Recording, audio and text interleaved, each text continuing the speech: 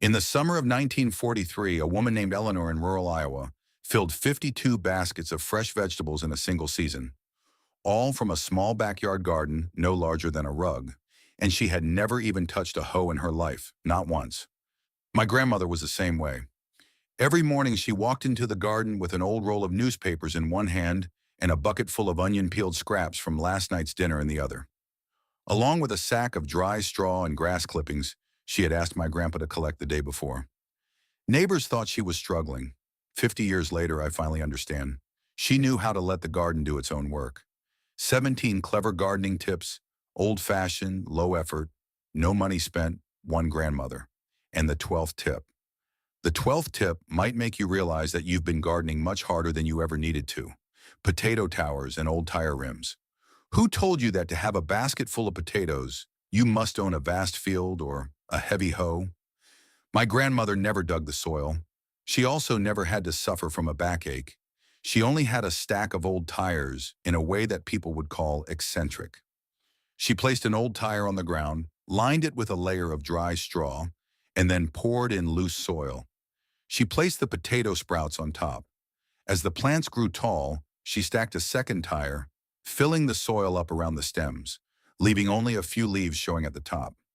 Just like that, the potato plants didn't grow horizontally, but sprouted vertically, forming tubers all along the buried stems.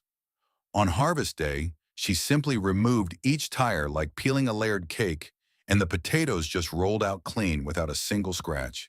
If it sounds new, it isn't. It is the vertical garden technique that saved millions from hunger in victory gardens during World War II, when land was a luxury. Oregon State University has also researched and confirmed mounding helps stabilize soil temperature, promoting tuber formation 20% faster than traditional planting methods. My grandmother knew that long before any research was published, but never pick up tires that are too old and covered in industrial engine oil from the scrapyard. Chemicals from rubber when exposed to heat will seep into the soil and plants. Only use intact, clean tires. And a deadly rule, don't fill the soil too high at once. Wait for the plant to be sturdy. Otherwise, you will accidentally suffocate the very sprouts you're hoping for. A stack of tires, a bit of soil. That's how you double your potato yield on the same amount of space. But once you have potatoes, you have to face uninvited invaders. And this is when your kitchen speaks up instead of the pesticide store. The pungent weapon from the stone garlic mortar. When caterpillars and beetles began to carve up the vegetables, neighbors rushed to the agricultural store, bringing back bottles of chemicals with names I couldn't even read. My grandmother didn't. She just walked into the kitchen, grabbed a few withered garlic cloves from the shelf in her old stone mortar. She crushed the garlic. It had to be crushed until it released that pungent juice that hits your nose directly, then soaked it in hot water overnight.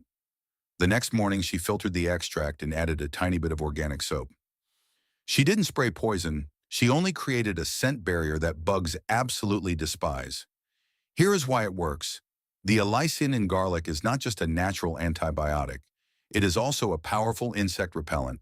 A study from the 1950s in rural areas showed that garlic has the effect of inhibiting fungal growth and paralyzing the nervous systems of small bugs, making them forget how to eat leaves and leave automatically. The best part, it doesn't harm bees or ladybugs, the kind guests in the garden. Just one small warning. Never spray this solution in the midday sun. The combination of garlic essential oil and strong UV rays will scorch your plant leaves as fast as if you spilled boiling water on them. Spray at sunset. And remember, this solution has no preservatives. It will lose its effectiveness after 24 hours. Don't mix a whole large barrel to save. Make just enough for each session. One head of garlic.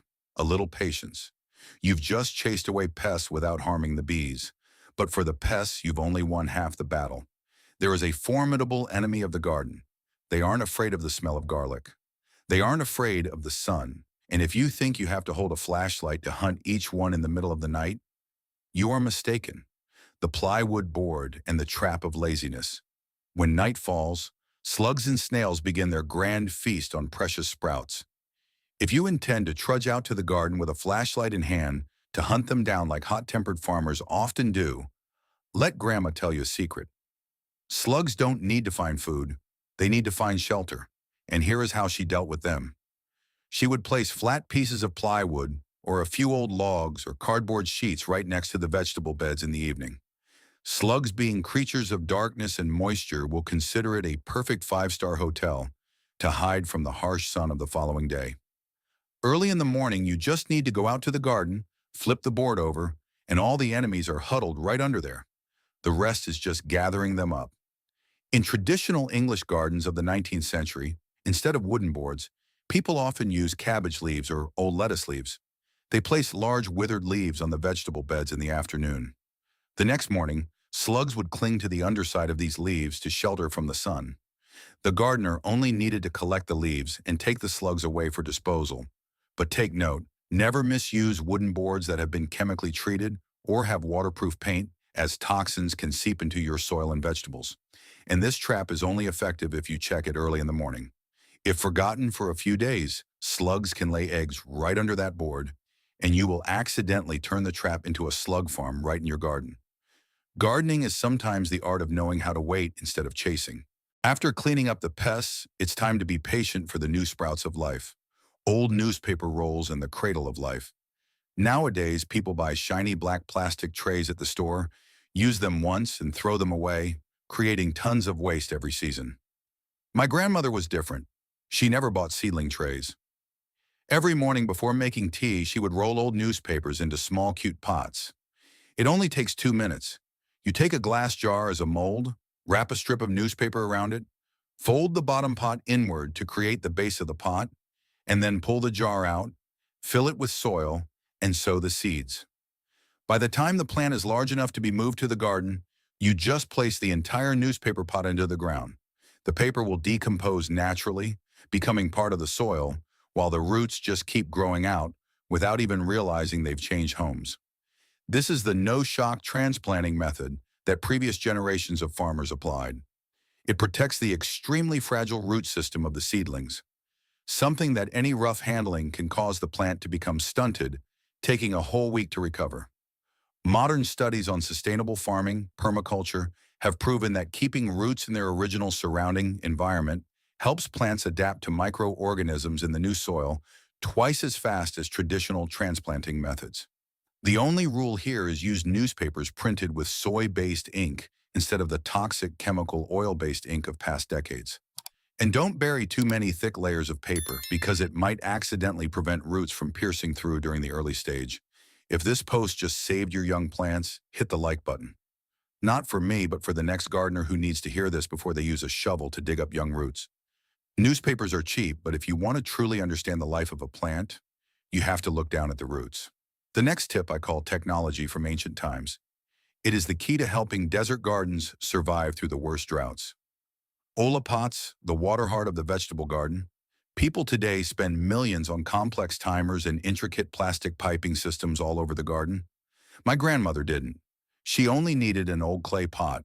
She told me, "Don't make the plants go looking for water. Put the water right at their feet." The method is unimaginably simple. She buried an unglazed terracotta pot in the ground right in the middle of the vegetable bed, leaving only the mouth of the pot showing above ground. She filled it with water and then used a flat stone to cover the mouth to avoid evaporation. Thanks to the natural porosity of the terracotta, water will slowly seep through the walls of the pot directly into the soil, providing the roots with exactly the amount of water they need. No more, no less. This is the Ola irrigation method, an agricultural heritage with a history of over 4,000 years in North Africa and China. In Mexico and many Latin American countries, farmers have used local terracotta olas to grow corn, beans, and squash for centuries. It is the pinnacle of conservation. Water does not evaporate, does not wet the leaves, reducing the risk of mold, and plant roots will automatically grow around the pot walls to drink the water. But be alert, you must use unglazed clay pots. If you use a pot with a shiny glazed exterior, water cannot seep through and this method is completely useless. And remember to check the lid every week. If left open, water will evaporate quickly and you will accidentally turn the water jug into a trap for mosquitoes to lay eggs. One pot, a little water, that's how you water your garden without wasting a single drop. Grandma might not have known terms like osmotic pressure or micro-automatic irrigation systems, but she understood the rhythm of the soil, But watering isn't enough. How do we defeat the cold of the early spring days? Cold frames, the windows that know how to keep warm. There are springs when frost lasts until April, suffocating the newly sprouted seedlings. My grandmother always looked at the pile of scrap wood in the garage and the old discarded window frames. She didn't throw them away. She turned them into a tiny glass cabinet for her vegetables. That is the cold frame technique. She built a low wooden frame, placed it over the soil bed, and used an old window as a lid. It acts like a tiny greenhouse, trapping heat from the sun during the day and keeping the soil warm at night. No electricity, no heating, just simple physics. Light comes in, heat doesn't escape. This structure allowed her to harvest kale and lettuce from the final days of winter while neighbors were still sitting and looking at empty garden beds. This is the technique that 19th century gardeners called harnessing imprisoned solar energy. But here's the survival rule. Don't forget ventilation. On beautiful sunny days, the temperature inside the frame can reach 40 to 100 degrees C, boiling your vegetables before you even realize it. My grandmother always hung a small thermometer inside, and when she saw the needle pass the red line, she would crack the lid. That is devoted care, not soulless automation. An old frame, a few vegetable sprouts. You've just reclaimed days from the hands of winter. Everything in the garden is fine. The plants are green, the soil is moist, the temperature is perfect. But then as dawn broke, I saw Grandma holding a bag of fine white powder, sprinkling it on every leaf as if she were dusting a baby's skin. She said it wasn't medicine. It was armor from prehistoric times, something that if you saw it, you'd think it was magic. But the truth is much more incredible than that. Dust of time in the invisible armor. Every morning, my neighbor, Mr. Miller, usually came to Grandma's garden with a grumpy face. He held a bottle of expensive chemical spray in his hand, complaining about ants and slugs ruining his garden. My grandmother gently took down a faded silver tin box from the kitchen shelf and told him to take it home and try it. It looked like flour. Surely Mr. Miller felt confused. Mr. Miller laughed, but he tried it. And a week later, he never bought another bottle of chemicals again. It was actually diatomaceous earth, which are fossils from 30 million years ago, formed from the shells of single-celled algae at the bottom of ancient oceans. When ground up, it becomes a fine white powder like chalk, but under a microscope, each particle of that dust is a sharp piece of silica glass. It kills pests physically. When insects crawl over that layer of powder, the tiny silica particles cut through their protective waxy shells, causing them to dehydrate and die within 24 to 72 hours. That's when I understood one thing. The $16 billion pest control industry in the US doesn't want you to know about this powder. A bag of DE only costs a few dollars and can solve the problem once and for all, while they need you to come back every month to buy expensive chemical doses. It's a business model built on dependency. The EPA has registered DE for organic farming since 1960. It is safe, quiet, and effective as nature has always operated. Grandma's garden never had a single pest, but for a garden to grow strong, besides not being attacked by enemies, it needs to be nourished properly to be healthy from deep within. Onion skin tea, the yellow tonic from the kitchen. Every time I cooked, I used to habitually throw the onion skins into the trash bin, but my grandmother was different. She always had a small bowl placed next to the cutting board to collect these onion skins. She told me, plants are like people. Sometimes they just need a cup of tea to recover. The process is extremely simple. You keep the onion skins and pour boiling water over them to soak overnight. By morning, the water turns a dark yellow. You strain the liquid, dilute it at a 1.2 ratio, and then pour it directly at the base of the plant. Since the 18th century, Eastern European farmers have used this water to save plants from frost. Modern science calls it quercetin, a powerful antioxidant. Modern plant studies, such as trials in the Journal of Plant Physiology, have confirmed that onion skin extract helps activate the systemic acquired resistance, helping crops create their own antibacterial and antifungal barriers without chemicals. But listen, never leave it for more than 24 hours. Onion skin water ferments very quickly. It will smell and produce root-rotting bacteria. Only make enough to use in a day. If forgotten, discard it immediately. That's how my grandmother always did it. Onion skin tea is just the beginning. It feeds the plant. But how do we feed the entire ground? Grandma always said, a garden that leaves the soil naked is a suicidal garden. But the coat she put on the soil wasn't something you buy at a store. The earth's blanket. Never leave the garden naked. On summer afternoons, my grandmother would often pick up a handful of soil. It was cool. The earth needs to wear clothes too, she said. She hated seeing bare soil. Bare soil is soil that is starving, tortured by the sun. She always covered it with a layer of dry straw, decayed leaves, or dried grass. This blanket is 5 to 10 centimeters thick. A survival rule, you must leave 5 centimeters around the base of the plant. If the mulch touches the stem, you are inviting fungal diseases and mice to eat the roots. This is the mulching technique, the key to sustainable agriculture. Masanobu Fukuoka proved it regenerates the soil ecosystem. Reports from UC California confirm mulching, the base helps reduce water evaporation by up to 70%. Ancient Aztecs used this method on artificial islands to farm continuously for hundreds of years. But watch out. Don't use freshly cut grass. It will ferment, release heat, and burn the roots of young plants. And a mulch layer thicker than 50 nanometers will make roots suffocate from a lack of oxygen. Be kind to the soil and the soil will feed you. But even when the soil is shielded, pests are still a nightmare. And Grandma summoned this powerful army. An army that doesn't just make pests afraid, but also enriches the garden's ecosystem. The pest control employees in the sky. When you see birds flying, you hear singing.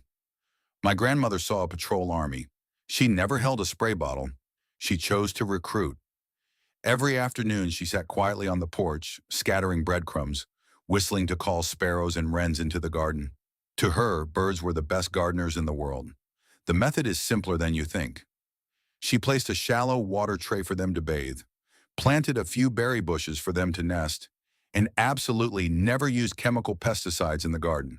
For every small bird nest, she had hundreds of employees working diligently. Wrens and sparrows would clean out caterpillars, grasshoppers, and cutworms right from the start. Science calls that biological pest control. Studies from the University of Illinois have shown that insectivorous birds can consume up to 25 to 50% of the pest population in orchards each season. From long ago, Chinese farmers knew to hang artificial bird nests in tea gardens to keep leaves from being eaten by worms. This is a living ecosystem where my grandmother didn't need to do anything except provide a decent place to stay.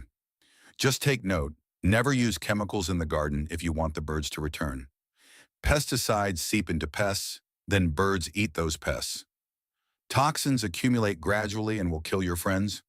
If you want this army to work, let your garden be a clean land. Birds take care of things high up. But my grandmother had another secret line right on the ground.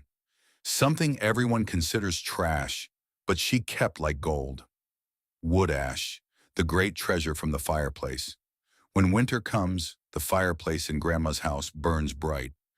While people brush away the ash dust and throw it in the trash, my grandmother carefully gathered it. She said, "Don't throw it away.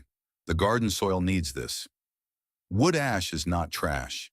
It is concentrated potassium and calcium. The usage is extremely delicate.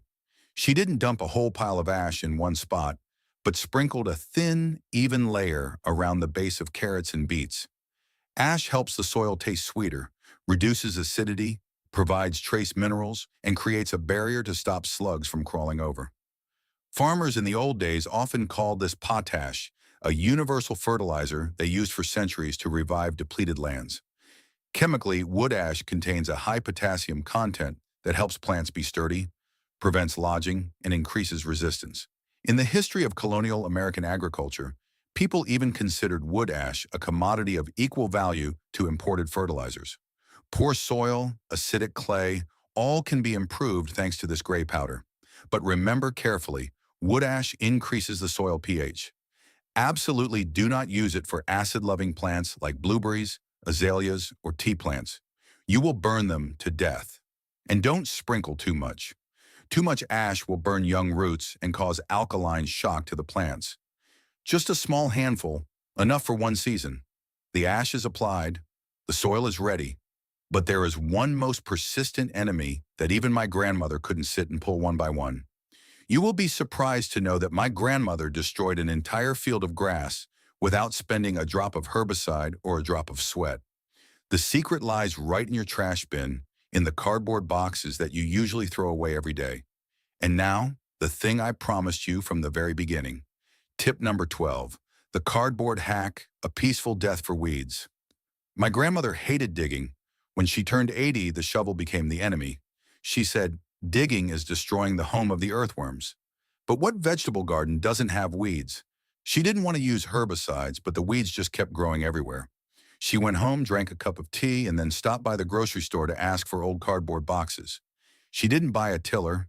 She didn't hire anyone to dig. She laid the cardboard flat over the weed-covered soil, soaked it with water, and then covered it with a layer of straw and compost about 5 centimeters thick. That was it. 2 weeks later, she flipped the cardboard over, and the weeds were almost completely gone. Light was blocked. Weeds couldn't photosynthesize and would gradually die.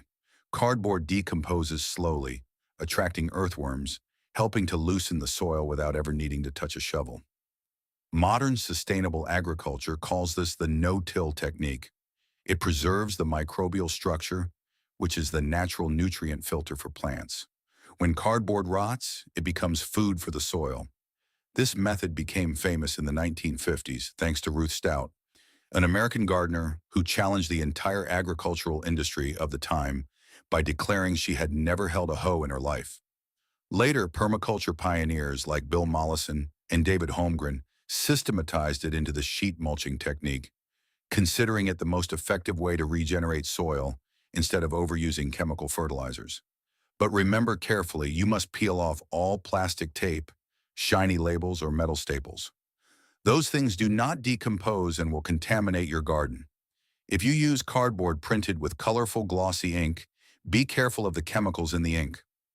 Using plain brown cardboard is the safest. If you know someone who has given up on gardening because they think it's too much effort and causes back pain, send this video to them tonight. Leave a comment with that person's name. I read all the comments. The next tip is what decides the harvest. Do you know why your plants are weaker next year than the year before? The secret lies in my grandmother's selection rule. Seed selection, the elite recruitment. Most of us save seeds from leftover tomatoes, tiny carrots, or worm-eaten vegetables. My grandmother did the opposite. She only chose the strongest, healthiest plants that gave the most delicious fruit to save for seeds. She said, "You can't expect an excellent harvest from the seeds of plants that surrendered to pests. The process requires patience. During the season, observe which plant isn't diseased, which plant handles drought best, which plant is the most productive. Mark that plant. Don't pick the fruit when it's just ripe. Let it over-ripen right on the branch so the seeds fully absorb the essence of the mother plant. After that, dry and store them." That is how ancient farmers created heirloom lines, seeds that have adapted perfectly to the climate of their own garden over hundreds of years. But be alert, absolutely do not take seeds from F1 plants. Seeds of F1 hybrids usually do not inherit the characteristics of the mother. The next year you sow them, they will produce weak, deformed plants or no fruit at all. Only keep seeds from purebred varieties. If you have an heirloom variety, don't let it disappear with you. Comment the name of that variety below. Maybe someone watching the show tonight is looking for it. The soil is clear of weeds. Seeds have been carefully selected. But there is another enemy Grandma was always wary of: fierce winds that can break an entire vegetable garden. You often see her planting sunflowers, but it's not for decoration. Those are the soldiers. Sunflowers, the garden soldiers. She always planted a row of sunflowers along the western or southern edge of the vegetable beds. It could both shade the garden during sunny afternoons and beautify it. Just sunflowers are enough. Plant these towering plants as a windbreak. When they are large enough, their sturdy stalks become the perfect natural trellis for cucumbers or climbing beans. You save money on buying trellises and have a living wall protecting delicate plants like salad greens and lettuce from being knocked down by strong winds. Biologically, sunflowers are refueling stations for bees and other pollinators. When they visit the flowers, they will conveniently pollinate the vegetables around them too. Birds will also perch up high, picking off pests right from the foliage. This is gardening according to the ecological layer model that sustainable agriculture experts today are praising. But take note, sunflowers are very greedy eaters of nutrients. Don't plant them too densely or too close to the base of vegetable types that need a lot of fertilizer, as they will compete for resources. And sunflower roots can release certain compounds that inhibit the growth of nearby plants if you don't leave a safe distance. Consider them guards, don't consider them the host. We have gone through 14 steps. The soil is ready, the guards are in position, and the seeds are protected. Now let Grandma tell you about a precious plant in nature that you don't have to try to have. Dandelions, the outcasts on their own land. You've ignored it too, haven't you? Dandelions. European settlers crossing the ocean to North America brought dandelion seeds in their luggage. They didn't bring them for decoration, they brought them to survive. 100 grams of dandelion leaves contain up to 550% of the daily required amount of vitamin K. It contains more beta-carotene than carrots and more calcium than milk. While we pamper every spinach plant, something that requires careful tending, dandelions are just there. They need nothing. They pierce through soil compacted as hard as concrete. They stay green from April to October, and they revive strongly every year from a taproot up to 18 inches deep. One of the most touching stories about dandelions took place during World War II when trade routes were cut off and coffee became a luxury item. They dug up dandelion roots, washed them, roasted them dry, and then ground them into a drink that was a perfect substitute for coffee, helping millions stay alert during the most difficult years. In France, in high-end farmers' markets, young dandelion leaves are a popular salad green, often tossed with sautéed bacon, poached eggs, and balsamic vinegar. In the Old English countryside, dandelions were also a child's natural clock. It was believed that if you blow on a dandelion seed head, the number of puffs needed to clear all the seeds would tell the current hour. Besides that, blowing away the tiny white parachutes carrying a wish is a long-standing tradition. As the seeds fly away, they will carry the blower's request to the wind gods or the fairies. It's funny to think that we consider it a weed. We are destroying the strongest thing to honor the weakest thing just because of an obsession with a perfect lawn. When you stop seeing dandelions as the enemy, you will start to see the garden in a different way. But there is a secret that if you don't know, you will accidentally turn your garden into an uncontrolled hot pot of crossbreeding. Don't let plants interact wrongly. Preventing cross-pollination. I remember the time Grandma harvested squash. She cut it open and the inside looked strange. The taste was bland and as tough as rubber. She sighed. It cross-pollinated with the neighbor's pumpkins. She always taught me seeds also need fidelity. Otherwise, next year you will harvest mutated varieties that bear no fruit or taste terrible. If you want to keep seeds, separate different squash or pepper varieties by a distance of at least several meters. If the garden is too small, use timing tactics. Stagger the sowing times so that the plant varieties bloom several weeks apart. This blocks the path of the bees as they carry pollen from one plant to another. Science calls this genetic control. Plant varieties like squash and watermelon are very easy to hybridize naturally through insects. Maintaining this isolation is how ancient gardeners preserved precious gene pools for centuries without the need for a laboratory. You are keeping the bloodline of the crops pure, but the ground out there isn't the same everywhere.